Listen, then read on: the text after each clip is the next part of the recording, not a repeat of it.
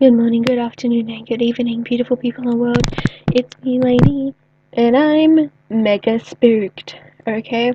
Well, over this past, weekend, I've been at my auntie's house, so it hasn't been as big of a problem, but, you might have seen me complain about this if you hang around me on Discord at all, but I'm terrified of my kitchen right now. There's been something scratching on the walls, but whenever we go to where it sounds like it's coming from, there's nothing there.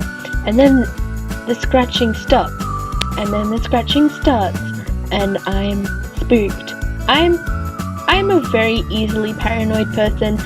Logically, I know that it's probably just a mouse, but in my head I'm like, it's gonna kill me. I'm gonna die. This is how I die.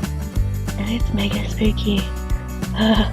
But, it's fine. I'm fine. Maybe. We'll see. That's debatable. But, I don't like leaving my bedroom at night anymore. I haven't been this way since I was little. Let's get way too personal. That's what we do here on my channel. We get way too personal. When I was little, I used to be terrified of leaving my room at nighttime, because I thought there were lions, invisible lions, at the foot of my bed, and if I got up, then they would attack me unless I skip, hop, jumped over them. And sometimes I would pretend that I woke one up, and then I would, scream and run into the bathroom. But the lions didn't exist when the lights were on. They only existed when the lights were off. And they... This is so ridiculous. They were just always asleep. But they couldn't tell that I was there because there was a protective bubble around my bed. But the bubble only worked if I did at least 2 of 3 things. The first thing is I have to not move.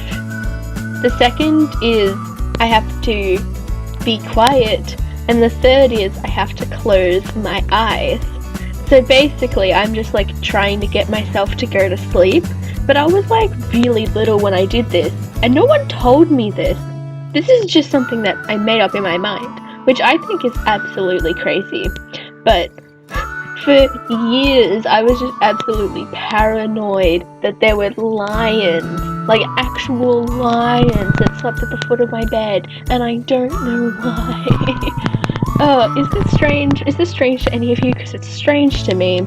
But, enough about my overdramatic, traumatic life, It's not that bad. I don't do it anymore, but I have very similar feelings about what is probably just a rat, or a mouse. Mouse sounds cuter than rat. But, let's talk about this drawing for a little bit. You might have noticed in the background when I was doing the line art for this, there were sketches in the background, and I probably mentioned this the past 2 weeks because I've done very similar drawings, but what I do with these drawings is I have already sketched out these mermaids beforehand on a 15-day drawing challenge, which I created. Well, I didn't create. I went and looked at other people's, and then I took different ideas from all different ones that I liked, and then made a 15-day drawing challenge. Because I never actually did the 15-day drawing challenge. It was more like a 1-day drawing challenge. How many of these can you do in 1 day? Turns out 15 I can do in 1 day. Or more.